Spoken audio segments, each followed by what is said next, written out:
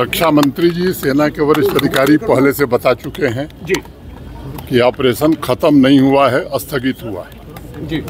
तो मुझे लगता है कि इसमें स्पष्टता है और कोई कंफ्यूजन किसी को नहीं होना चाहिए। सर, आज जो आपने टूर किया है, मुतासर लोगों के लिए किस तरह की इमदाद के ऐलान किए गए? मैंने अपनी आंखों से नज़र से देखा है। रजौरी पुंछ में नहीं आ सका था, यहाँ के लोगों से मिला हूँ, प्रशासनिक अधिकारियों के साथ बैठक की है। अभी तक जो मृतक हैं, जिन्होंने अपने परिजन गंवाए, उनको आर्थिक सहायता पूरी दी जा चुकी है।